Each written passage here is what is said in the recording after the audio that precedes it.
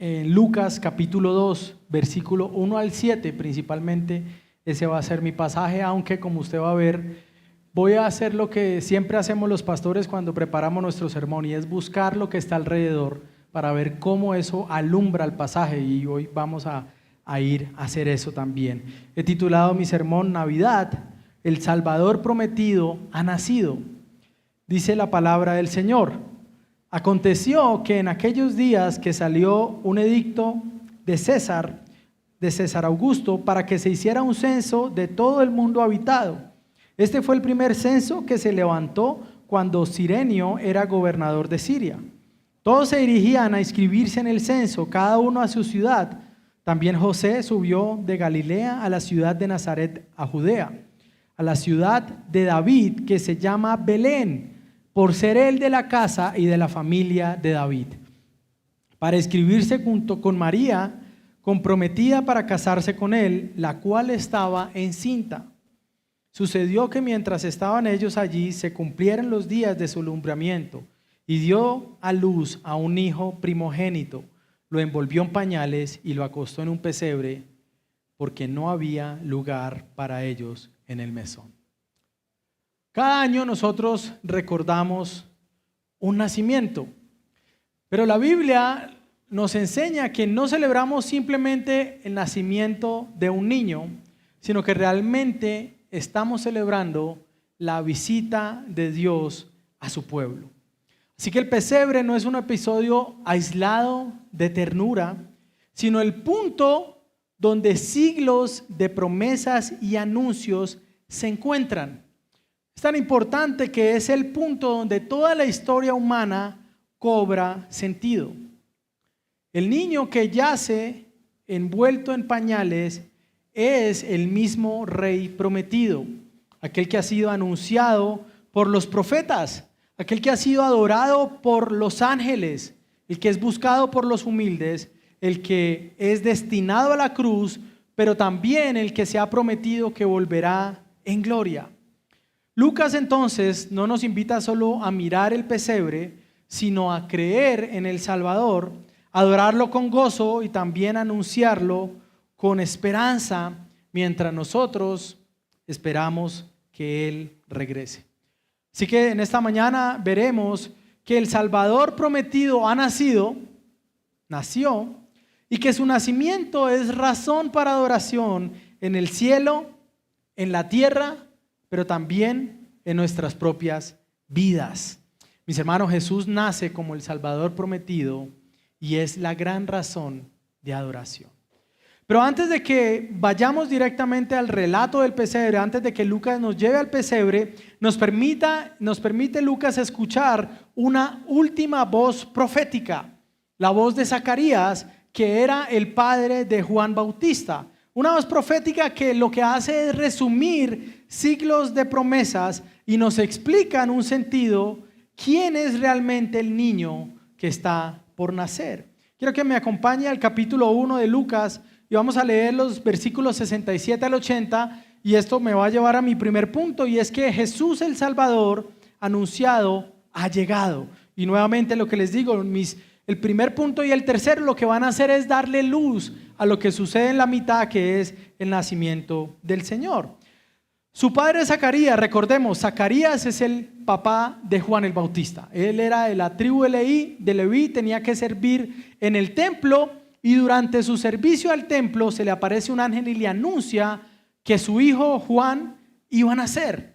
Este hombre no cree el anuncio o presenta ciertas dudas, queda mudo por un tiempo hasta que su hijo nace.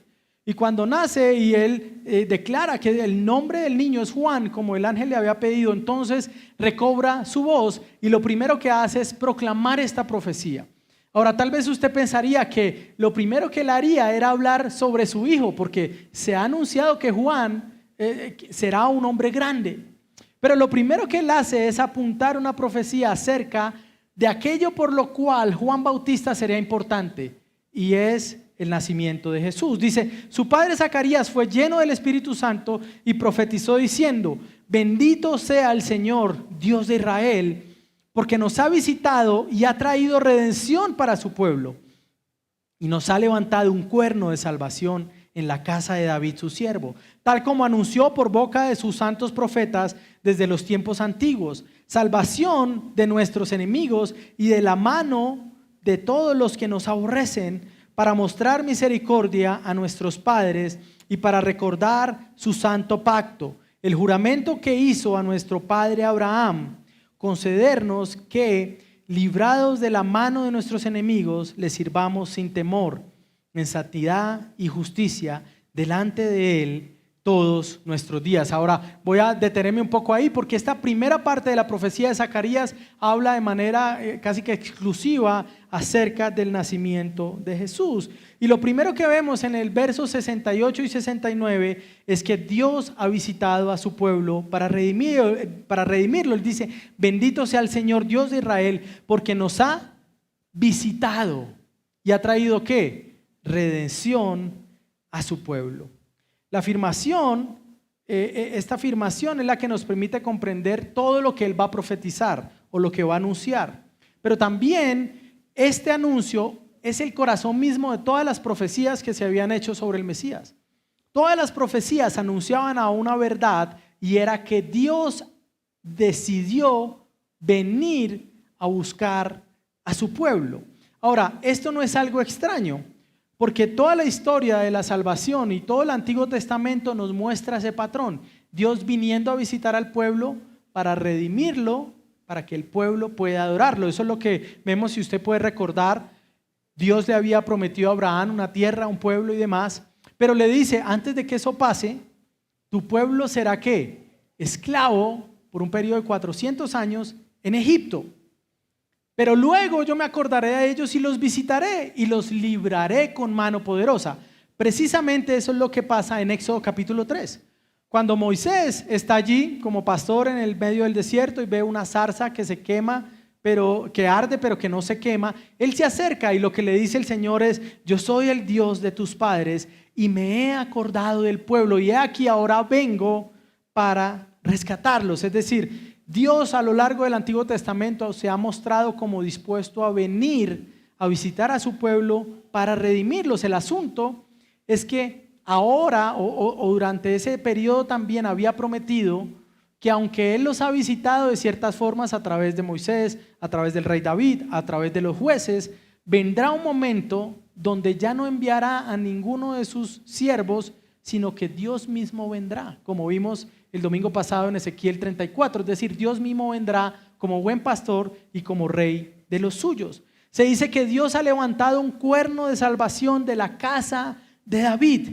Ahora, esta imagen de cuerno tal vez para nosotros no significa mucho, ¿no? Un cuerno de salvación es algo extraño, pero este lenguaje profético y poético apunta a la realidad y a este símbolo como de los cuernos de los animales poderosos, ¿no? Que era lo que mostraba su fuerza, ¿no? Los carneros y muchos otros animales.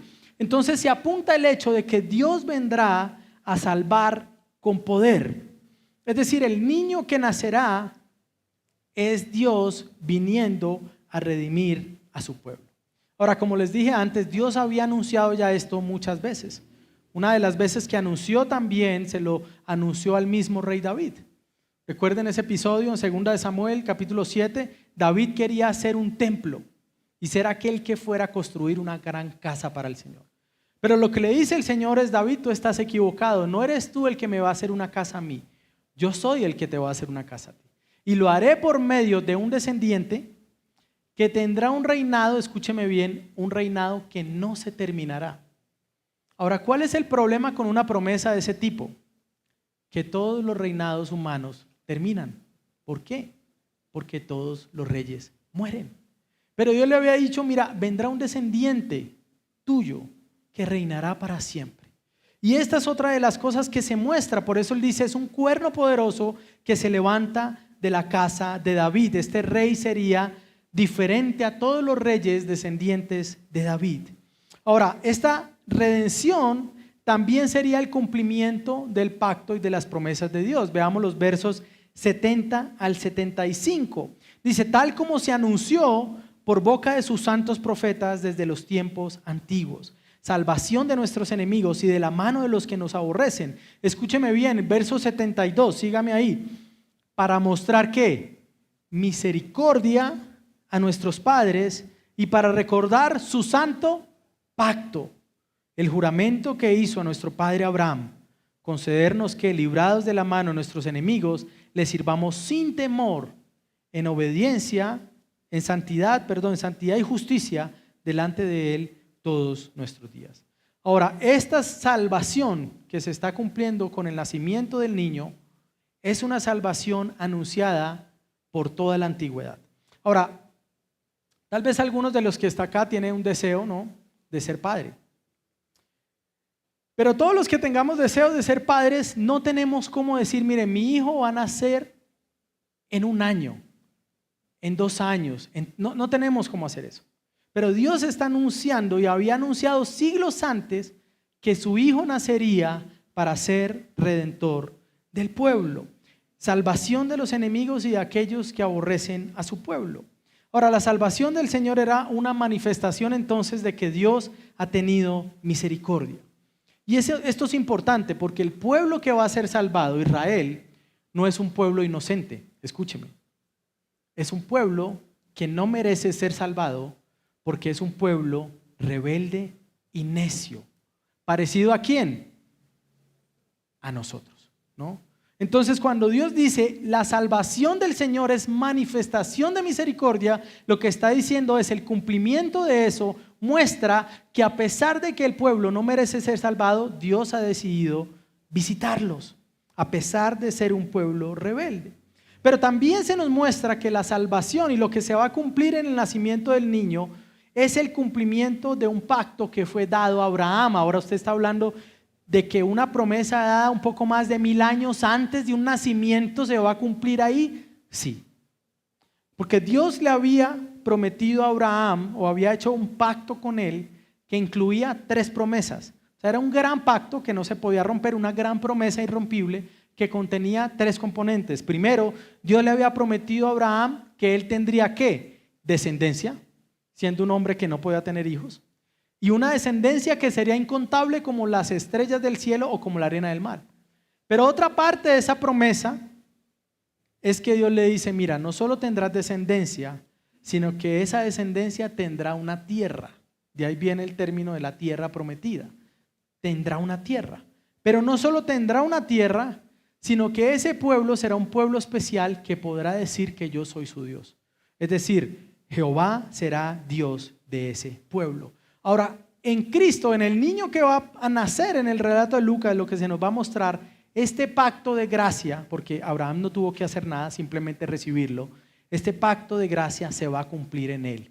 Es decir, en Cristo viene a existir un pueblo incontable como las estrellas, viene a haber un pueblo que tiene la promesa de una tierra que heredará, no como la Israel terrenal que fue conquistada varias veces, una tierra celestial que nadie le podrá quitar.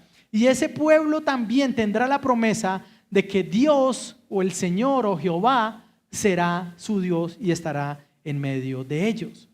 Es por eso, esa causa de Cristo, que nosotros podemos decir, Jehová es nuestro Dios.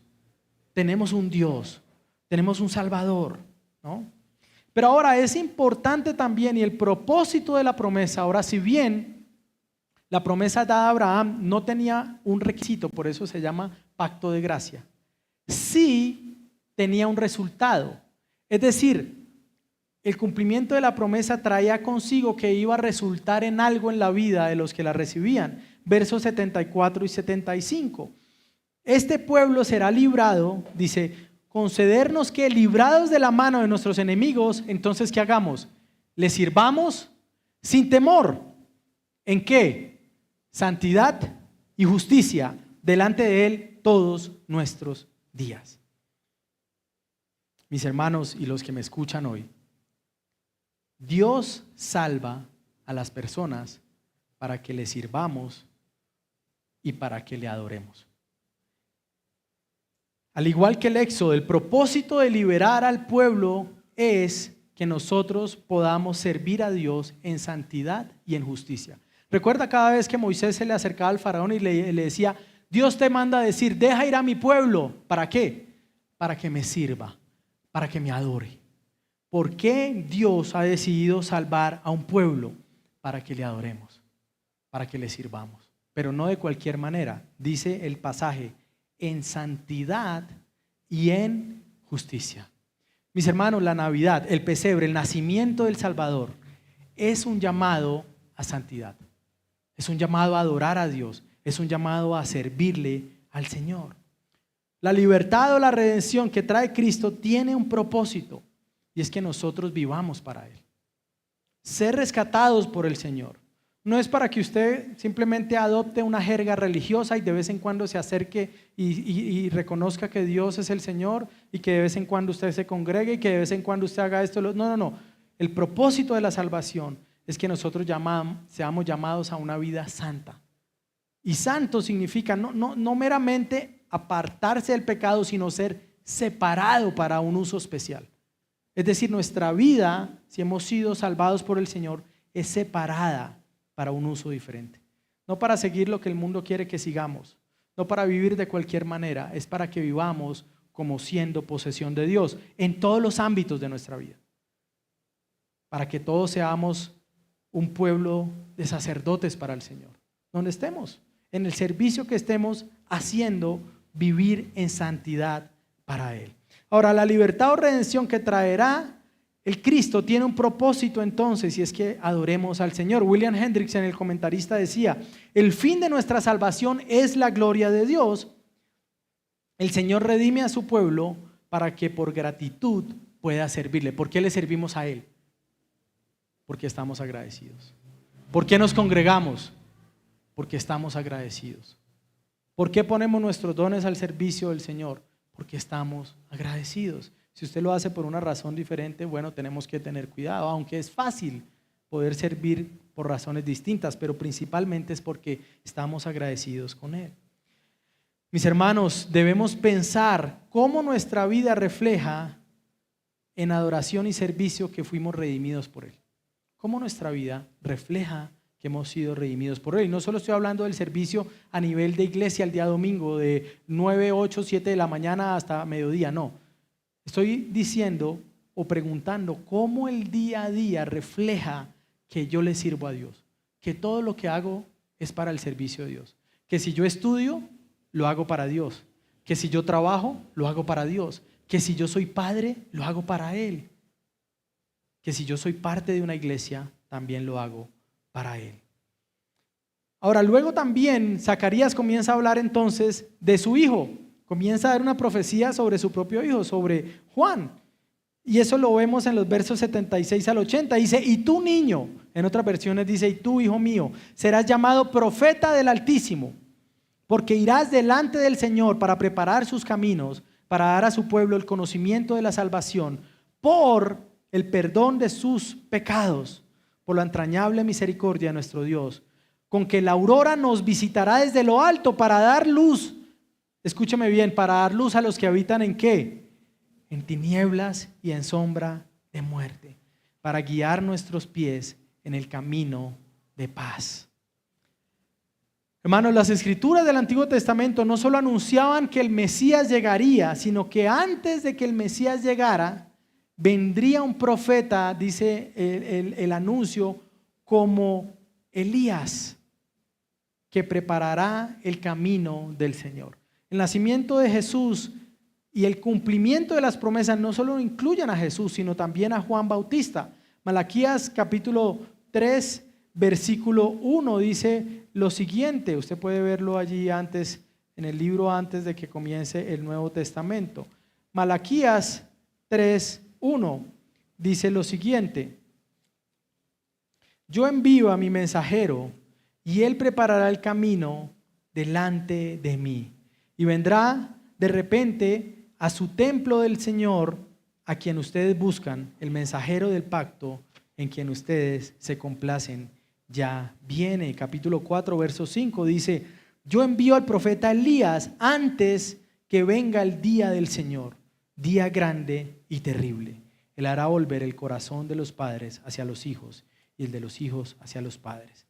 No sea que yo venga y hiera la tierra con maldición.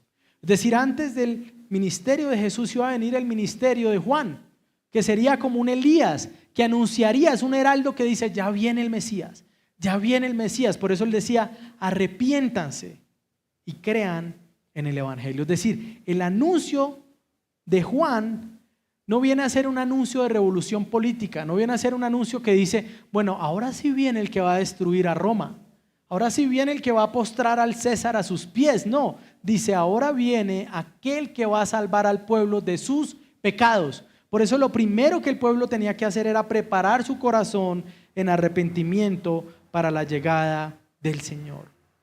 Ahora nuevamente Zacarías dice que es a causa de la misericordia del Señor por la cual el pueblo será visitado, y me parece maravilloso el lenguaje que usa acá, porque dice, por la entrañable misericordia de Dios con que la aurora nos visitará de lo alto. La aurora, la luz, esta aurora hace referencia a una luz que alumbrará a todos aquellos que vivan en tinieblas. Nuevamente Isaías también capítulo 9 versículo 1 y 2 decía, pero no habrá más melancolía para la que estaba en angustia como en tiempos pasados. Él trató con desprecio a la tierra de Zabulón, la tierra de Neftalí, pero después lo hará gloriosa por el camino del mar al otro lado del Jordán. El pueblo que andaba en tinieblas ha visto ¿qué? Gran luz. A los que habitaban en tierra de sombra de muerte, la luz ha resplandecido sobre ellos. Mis hermanos, el nacimiento de Jesús cumple la promesa de que el pueblo que habitaba en tinieblas verá gran luz. Y no solo el pueblo, no solo el Israel del primer siglo verá gran luz. Jesús mismo afirmó ser, yo soy la luz del mundo. Todo el que crea en mí, no andará en tinieblas. Hermanos, esta es una promesa maravillosa. Jesús también le dijo a sus discípulos, mi paz les dejo. Es decir, es a través de Cristo que nosotros podemos encontrar la luz de Dios, pero también a través de Él que nosotros encontramos la paz de Dios. Ahora, el pesebre entonces nos recuerda que quien nace no es nadie más, sino la luz del mundo. El único que puede sacar a los hombres de sus tinieblas y el único que puede dar verdadera paz y guiarnos en ese camino. Mire, yo quiero decirle algo, nadie puede salvarse a sí mismo. Los muertos no pueden darse vida a sí mismos. El que está en tinieblas no puede alumbrarse a sí mismo. Solamente la luz de Jesús puede sacarnos de vivir en las tinieblas. Ahora, para usted que está hoy y tal vez nos visita, yo quiero decirle que hoy Jesús sigue siendo la luz de los hombres y sigue rescatando a los que viven en tinieblas. Todo aquel que ha creído en Él puede verse a sí mismo como aquel que es rescatado de la oscuridad. Y quiero decirle algo, hoy Dios puede hacer lo mismo con usted. Tal vez usted diga, no, pastor, pero es que yo no vivo en tinieblas. Yo solo sé que la Biblia dice que todo aquel que no está en Jesús no puede andar en luz. Así que la pregunta es, si usted anda en Jesús, está bien, usted no está en tinieblas ya. Pero si usted no está en Cristo, entonces usted necesita venir a la luz del Señor.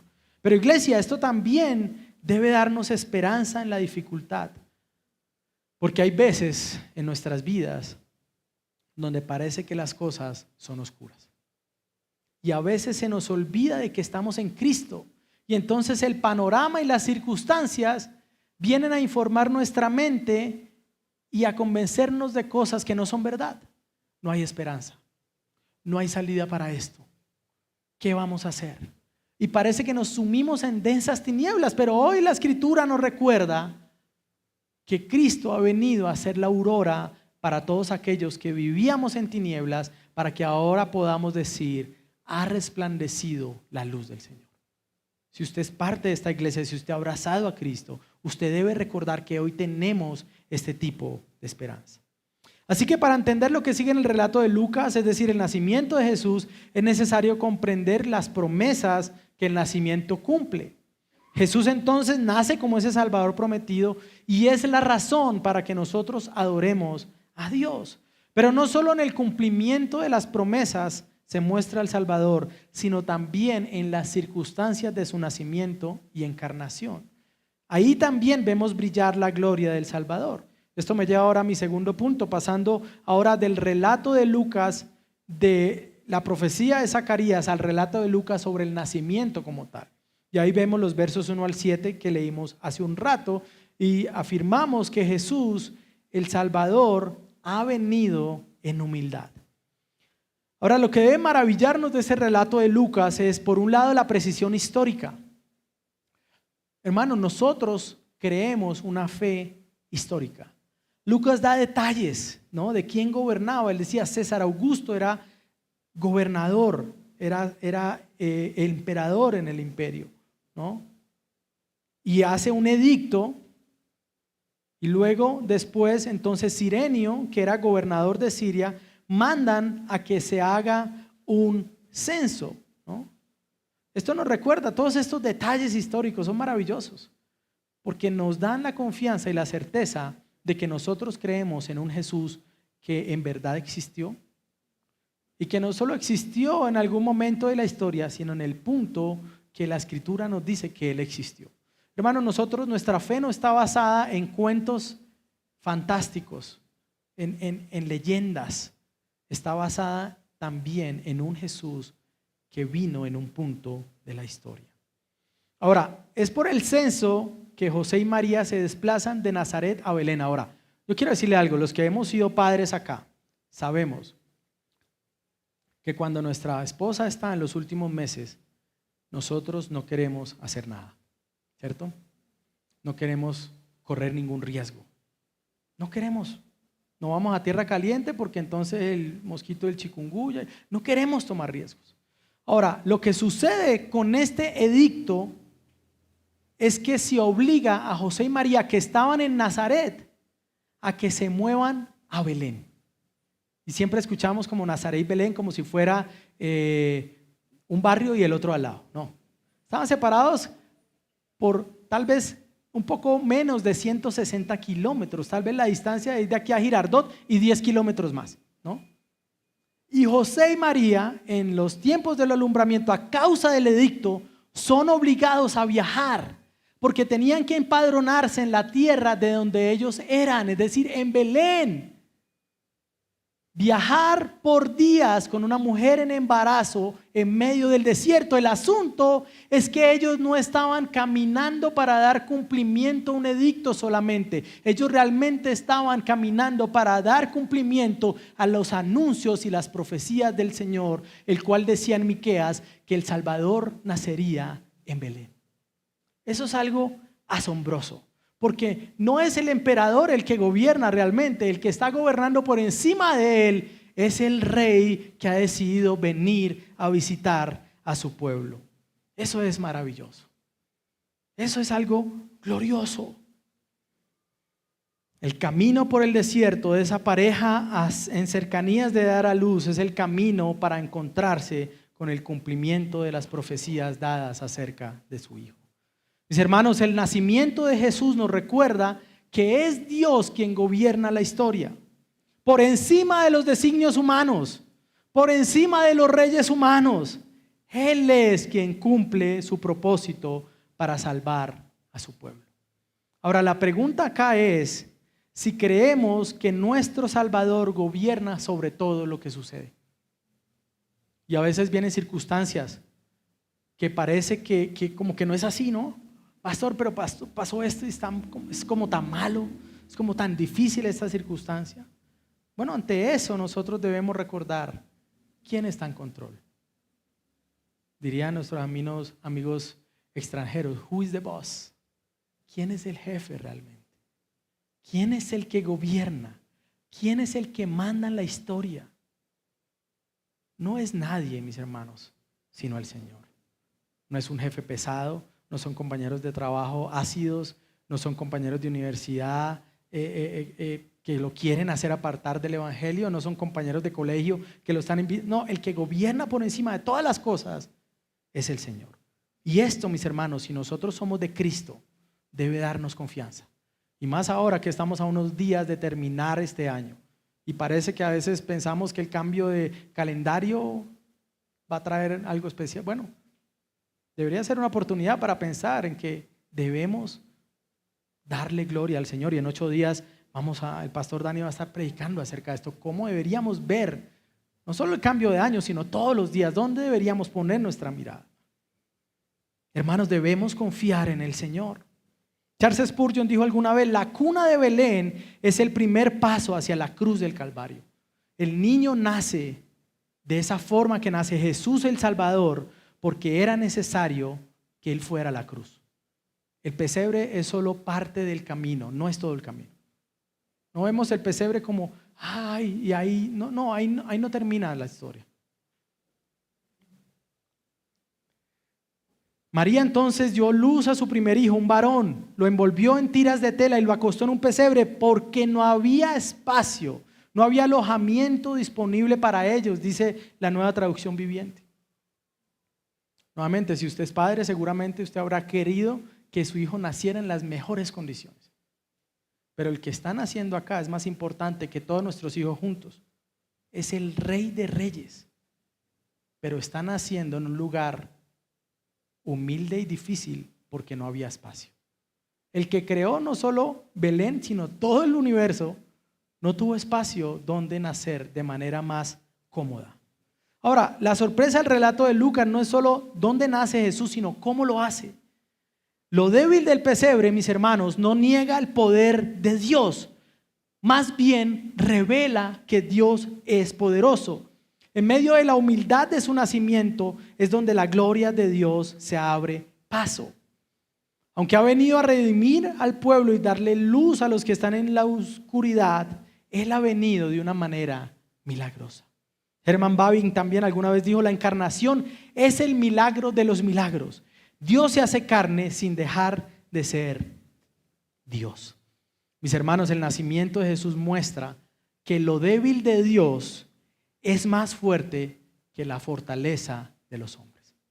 Este rey no necesitó nacer en un gran palacio humanamente hablando, sino que fue capaz de nacer en un pesebre y aún así ser el salvador de una multitud incontable de hombres.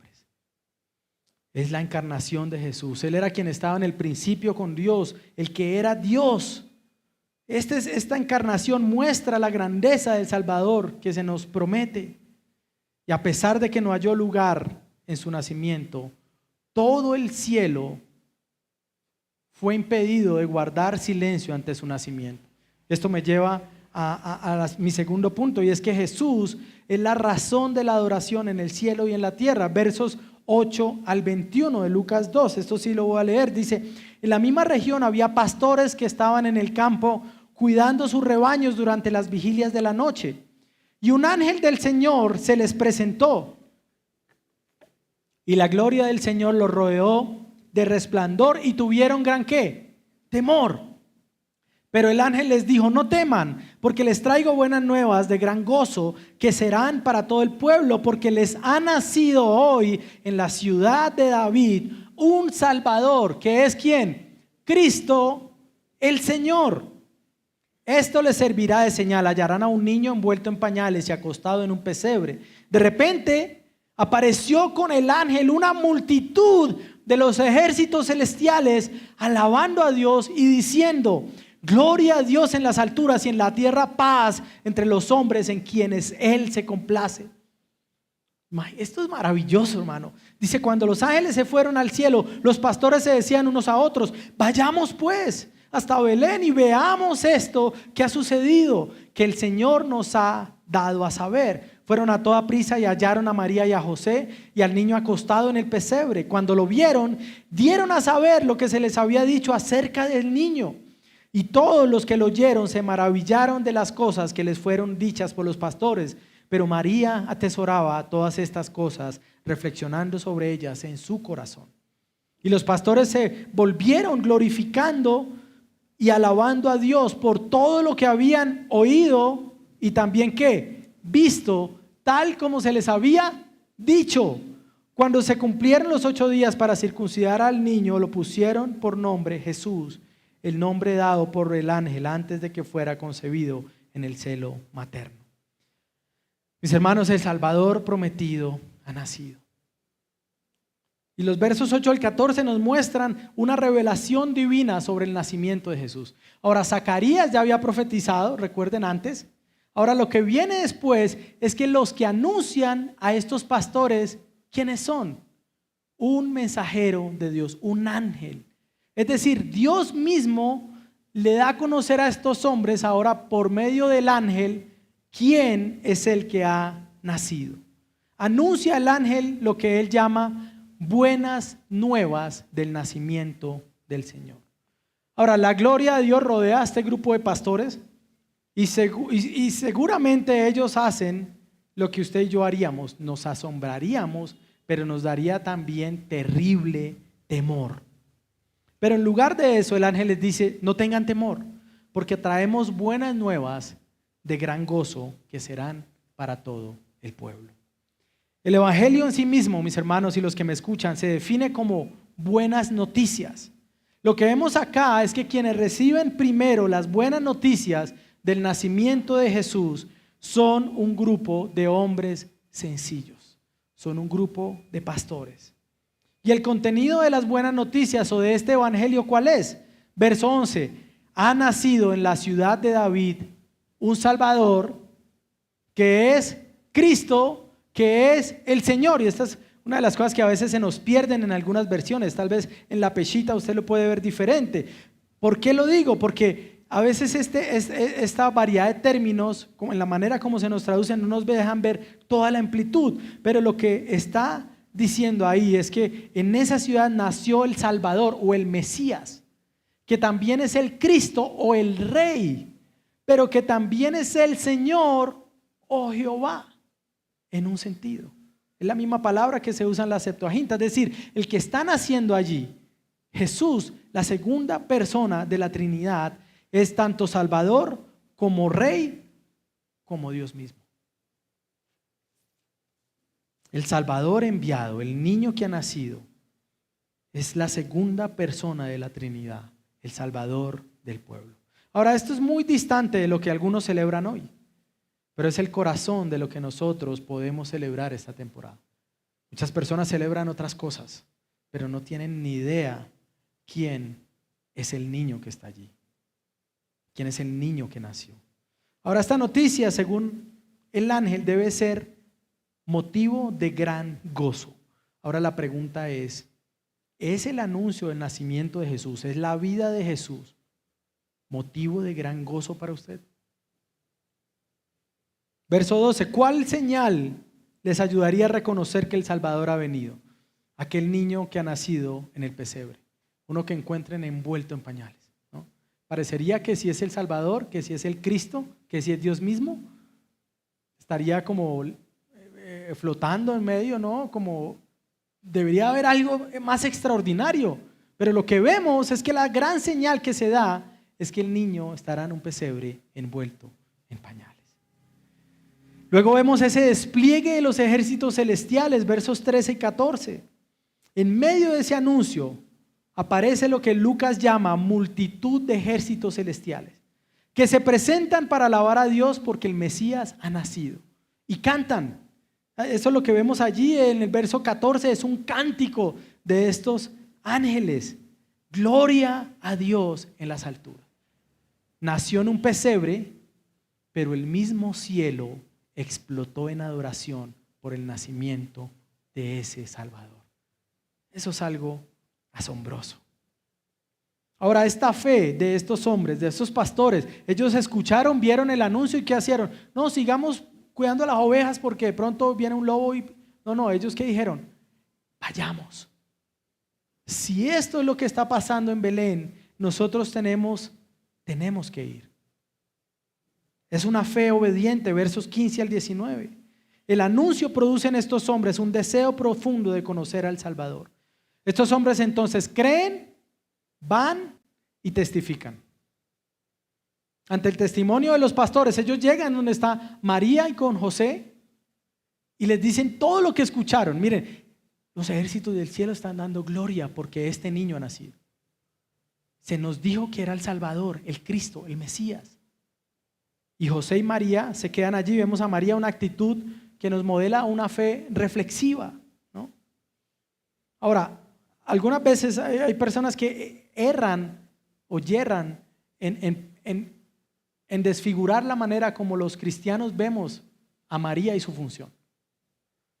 Lo que es cierto es que ella fue una mujer usada de una manera especial y maravillosa por el Señor. Fue el recipiente glorioso de que el Hijo de Dios se encarnara. Pero María misma, como se nos muestra no solo en este pasaje, sino en el anuncio de Lucas 1, sino también en todo el Nuevo Testamento, María misma fue una mujer que necesitó ser salvada por el Salvador, que necesitó poner su fe en su Hijo como el Mesías. Ella guardó estas cosas, reflexionaba en esas cosas y las guardó en su corazón. No es corredentora, sino más bien una mujer que se vio como necesitada también de ser salvada y seguramente está en la presencia del Señor. Pero volvamos de nuevo a la reacción de los pastores, versos 20 y 21. La reacción de los que reciben es glorificar y alabar a Dios. Dice, y los pastores volvieron haciendo ¿qué? Glorificando y alabando a Dios por todo lo que habían oído y visto, tal como se les había dicho. Ahora, ¿qué otra reacción podría ser posible sino darle gloria a Dios y alabarlo? Estos hombres entendieron que el niño al que vieron no era nadie más sino el Mesías. Eso fue lo que se les anunció. Y eso fue lo que ellos le dijeron a los padres de Jesús. Y lo creyeron, porque si no, no hubieran ido. Y en segundo lugar, si no hubieran creído, no hubieran reaccionado en adoración y alabanza al Señor. Ahora, fíjese este paralelo. Primero, los que anuncian quién es Jesús son ¿quiénes? El ángel y los ejércitos celestiales. Ahora, los que anunciaron quién era ese Mesías fueron los pastores, hombres sencillos que anunciaron al Salvador nacido. Y a mí, yo leía esto y me parecía maravilloso en un sentido verlos como una prefigura de la labor que hacemos nosotros como pastores. Hombres sencillos que simplemente tratamos de decir, he aquí al Salvador. Él es el Jesús, Él es el Mesías, Él es el Rey de Reyes. Pero también realmente estos sencillos pastores deben prefigurar a todo creyente. Porque los que anuncian a Jesús no somos solamente los pastores, somos todos los cristianos. Ahora, la adoración celestial del Hijo provoca una adoración también terrenal. Los pastores creen el anuncio, van al encuentro del Salvador, van testimonio de lo que vieron y finalmente son movidos a adorar a Dios. Mi hermano, esta debe ser la respuesta de los que escuchamos el Evangelio y podemos ser encontrados por Jesús como el Salvador. Si usted ha escuchado el anuncio del Evangelio, si usted ha sido encontrado por Jesús como el Mesías y como el Cristo, no hay otra forma en que podamos vivir sino glorificando a Dios y adorándolo a Él. Esa adoración debe llenar toda la tierra. Todos deben conocer al Señor. Todos deben escuchar las buenas nuevas. Nuestros vecinos, nuestros compañeros de trabajo, nuestros compañeros del colegio. Todos. En todo lugar. Todos deben escuchar esto. Sinclair Ferguson decía, Lucas nos muestra que el Evangelio produce tres cosas inseparables: asombro, fe obediente y adoración gozosa. ¿Qué produce el mensaje del Evangelio en usted? A veces nos acostumbramos demasiado al mensaje del Evangelio y perdemos de vista lo glorioso que es este mensaje, el poder que hay en el mensaje que nosotros hemos recibido. La pregunta es si usted ha conocido y aceptado a este Jesús como Mesías. Si usted no lo ha hecho hasta hoy, hoy es el día en que usted puede hacerlo.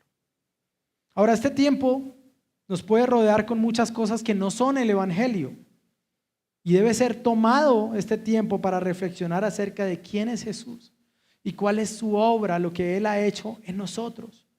Hermanos, tomemos tiempo y aprovechémoslo para compartir. Tal vez en esta época se bajan un poco nuestras actividades, el corre-corre disminuye un poco. Bueno, tomemos ese tiempo un poco menos agitado para pensar por un momento quién es Jesús y la forma maravillosa en la cual Él nos ha salvado. Pero también tomémonos tiempo para compartir este mensaje con otras personas. Todos vamos a estar rodeados de gente el 24, muy probablemente.